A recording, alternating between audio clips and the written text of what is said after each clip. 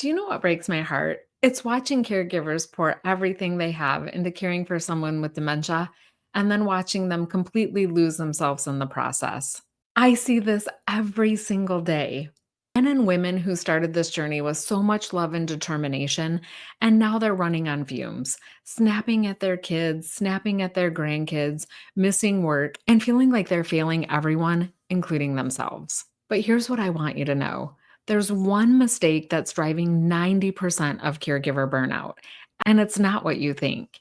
It's not that you're not doing enough, it's that you're doing too much, way too much. And today I'm going to show you exactly what I mean and what to do instead. I'm Laura Wilkerson, and I've spent decades in healthcare, from emergency rooms to hospice care to sitting in living rooms with families just like yours. I've seen what works and what doesn't, and what absolutely destroys caregivers from the inside out. And this mistake is completely preventable. The first problem I see is you're trying to be everything to everyone. And let me paint you a picture. Julie called me last month and she's crying before she even gets her words out. She says, Laura, I'm trying to manage my mom's medications.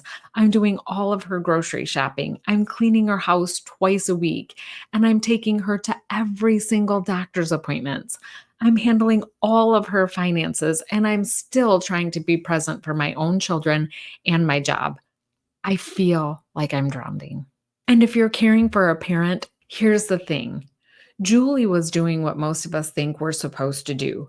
She was trying to be the perfect caregiver, the perfect mother, the perfect spouse. But perfect caregiving isn't sustainable caregiving. And the mistake isn't that you're caring too much. The mistake is thinking that caring means you have to do everything all by yourself. You've become the sole solution to every single problem that your person faces.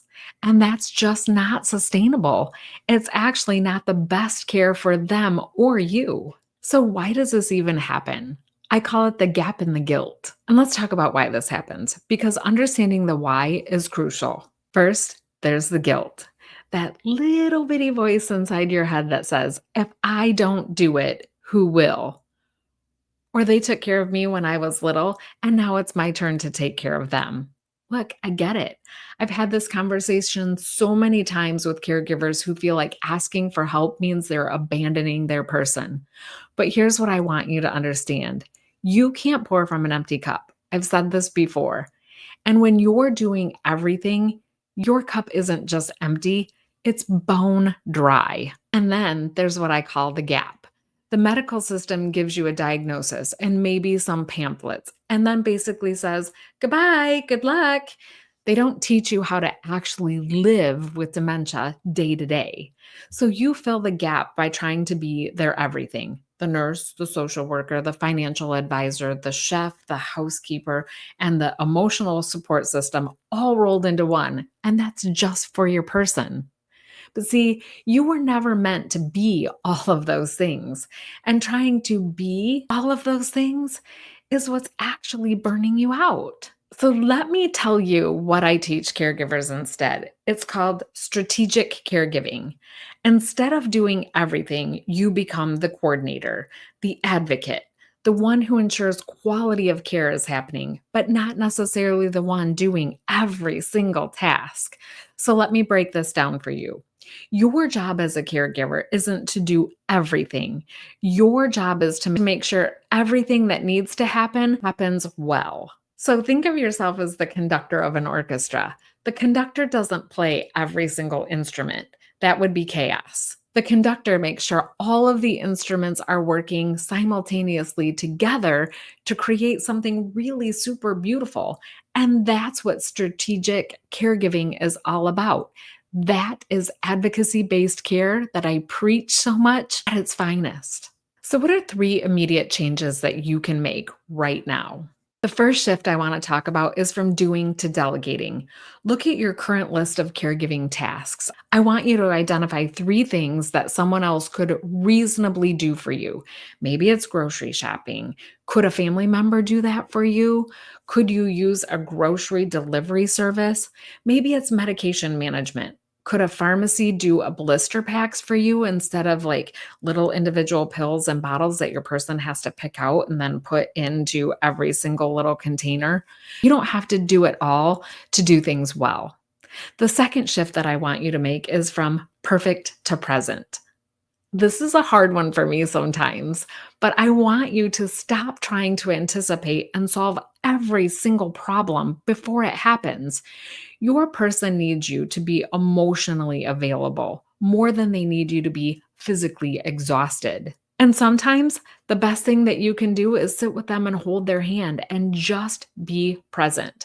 That's not lazy, that's love at its finest. The third shift that I want you to make is from isolation to integration because you cannot do all of this alone and you really weren't meant to do it alone.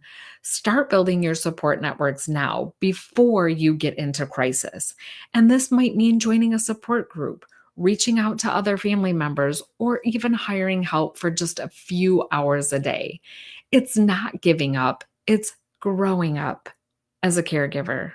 So, Julie and I have been working together for just a few short months, but I want to tell you what happened to Julie after we started working together. Instead of doing everything all by herself, she started coordinating things.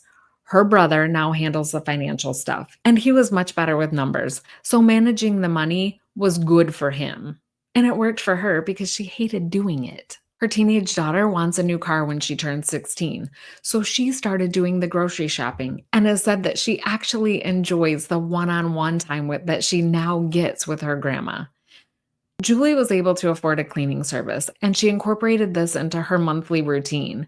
Yes, it costs money, but she says it's worth her sanity. And here's what I think the most beautiful part is her mom is getting better care because Julie isn't exhausted and resentful. She can actually be present during the time that they get to spend together. She can advocate more effectively at her doctor's appointments because she's not running on empty herself.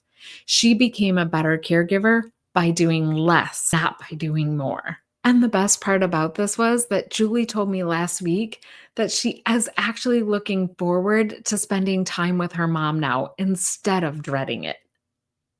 I mean, my whole heart feels so full. She said, I feel like I got myself back while still being the daughter that she needs me to be. And here's the truth about sustainable that the medical system won't tell you, but I will. Sustainable caregiving isn't about being the perfect caregiver. It's about being the caregiver that your person is going to need for the long haul.